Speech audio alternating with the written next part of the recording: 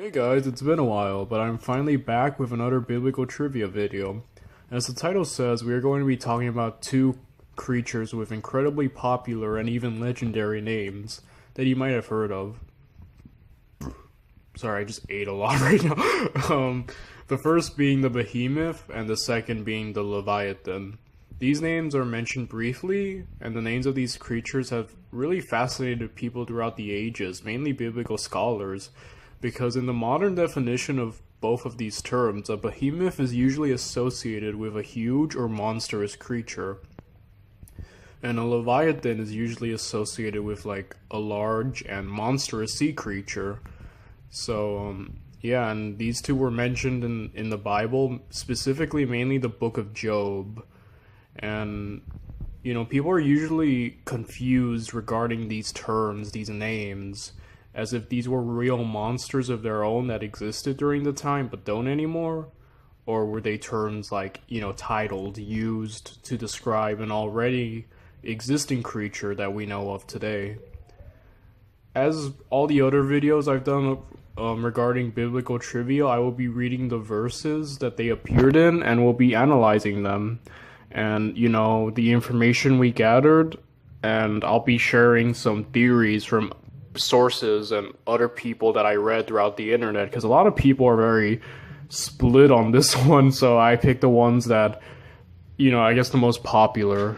But either way, the first half of this video is mainly going to be talking about the Behemoth, and then we'll jump to the Leviathan, and then we'll end it off. So yeah. Regarding the Behemoth, the first book of the Bible that it's mentioned in, and the only one, is in the book of Job, chapter 40, verses 15 to 24. And it says, "Behold now Behemoth, which I made with thee.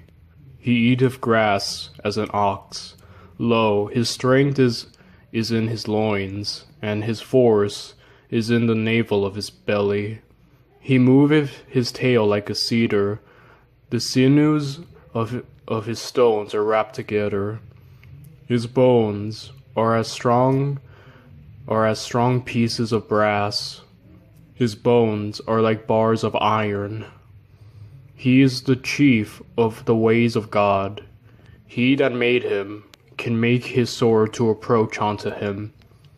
Surely the mountains bring him forth food, where all the beasts of the fields play.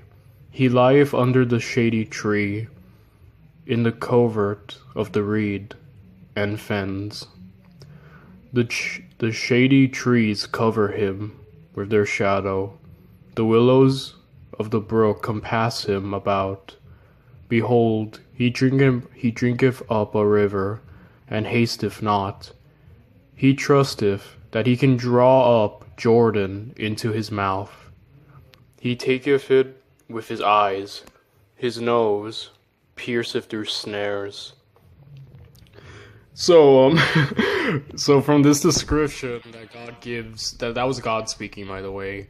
I should have explained that, sorry. But, so from this description that God gave about the creature, we can basically gather that it's amazing, awe-inspiring even, and whatever it was incredibly large, perhaps the largest of any creature that God ever made, because of how he says it ranked chief above all. And the term chief usually in the Bible is usually associated as the greatest or the best, of all that God made. And so the creature obviously was something that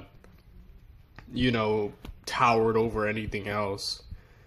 And also, plus how it can reach and eat off mountains, as described in the verse. It's eating off mountains at the tops, because that's how large it was described. And its tail is described like a cedar. And for those of you who don't know, cedar trees are pretty large. They're pretty big trees. So this thing, its tail was described like a cedar. So, you can imagine it was colossal in form, this beast. And plus, it says it could drink up a river like Jordan, like the Jordan River, which is pretty hard to grasp, and this is coming from God's mouth. So it's kind of like, oh wow, whatever he's describing, it's, big. And, And when it comes to describing what this thing was, one of the most popular theories that I've read and seen a lot about is that it was a dinosaur. It might sound weird, but it could have possibly been a Brachiosaurus. Oh, I hope I said that right. The scientific terms for dinosaurs are very hard for me. I just know T-Rex and one who can fly and whatnot. But the point is that I think it could have been like a Brachiosaurus. The long-necked dinosaur. And it would most likely fall into this category, because not only were they incredibly tall due to their necks, but they were also herbivores, which connects to the scripture of how it fed on grass like an ox. And most people tend to turn away from this because they claim the Bible never mentions the term dinosaur, but, it never says they never existed. That's what I would say. And let me explain that the book of Job is the oldest book in the Bible, at least the oldest written. And Job, in of himself, would have lived somewhere after the flood, like after Noah and the ark, stuff went down. But he also definitely lived far before Moses, who wrote the first 5 books of the Bible, and Abraham, who was the first Jew and the father of the faith. So he's probably somewhere between the era of Noah, the flood, and Moses and Abraham. So, this he's pretty old. He's a pretty old dude. And this coupling with the fact that it was the hardest book to translate from all the Bible because of how ancient it was, it would also make sense that, Noah built a large ark to keep 2 of every animal on it. It's possible that he could have stored some dinosaurs, and considering it took him 100 years to build the ark, it's highly plausible because the Bible doesn't mention a lot of animals by name. There's no zebra or giraffe, but we know those creatures exist as we know dinosaurs existed. So it's possible that there could have been dinosaurs walking, and I fully believe it. They probably died out as the centuries went on. But yeah, I'm willing to believe that at this point in the time of Job, that there could have been dinosaurs roaming, and so that would most likely describe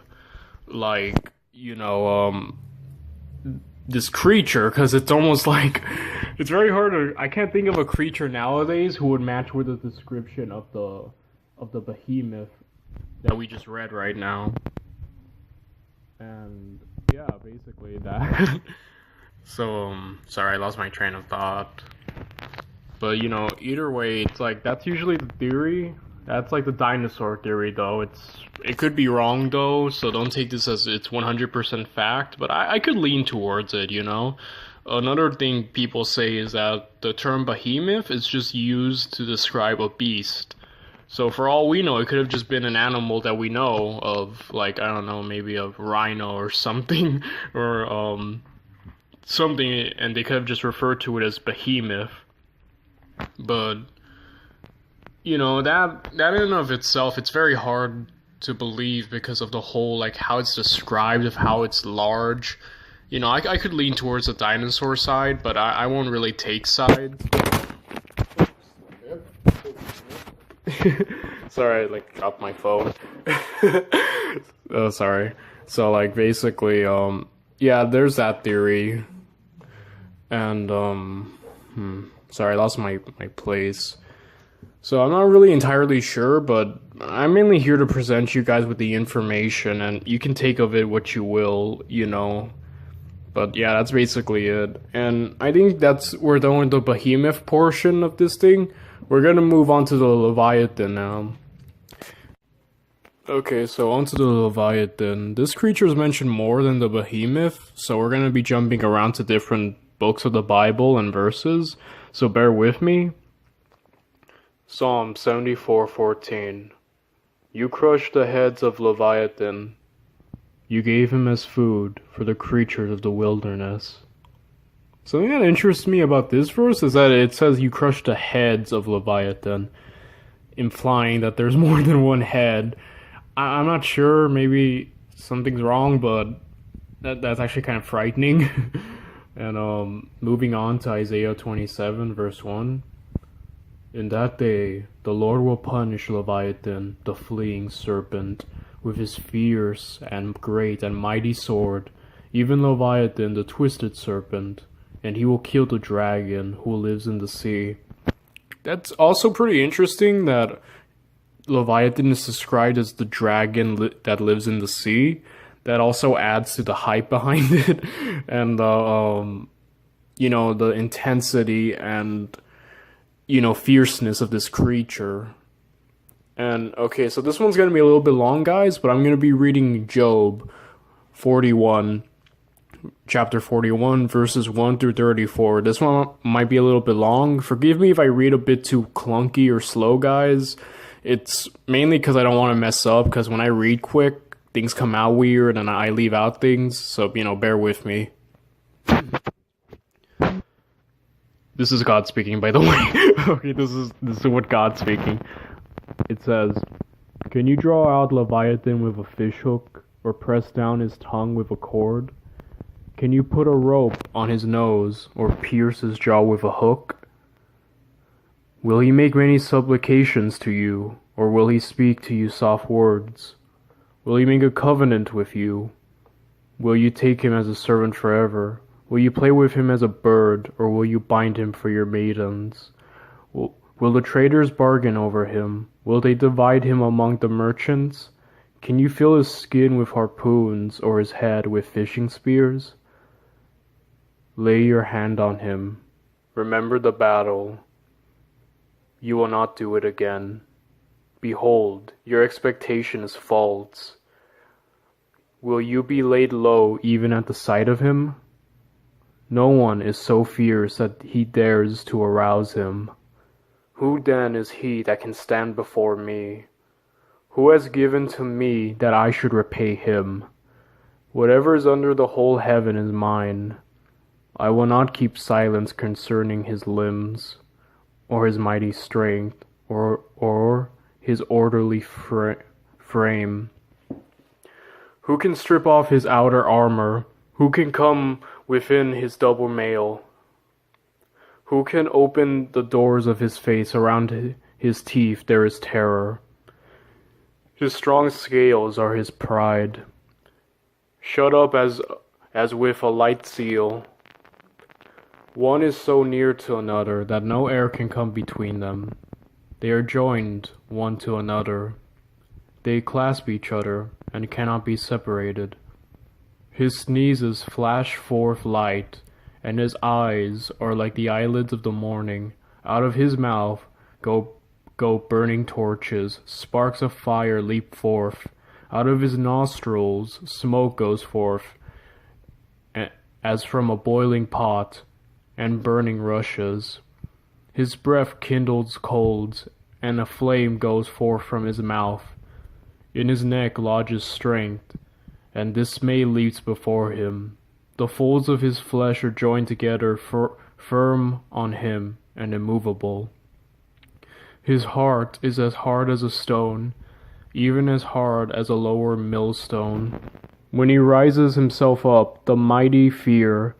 Because of the crashing, they are bewildered. The sword that reaches him cannot avail, nor the spear, the dart, or the javelin. He regards iron as straw, bronze as rotten wood.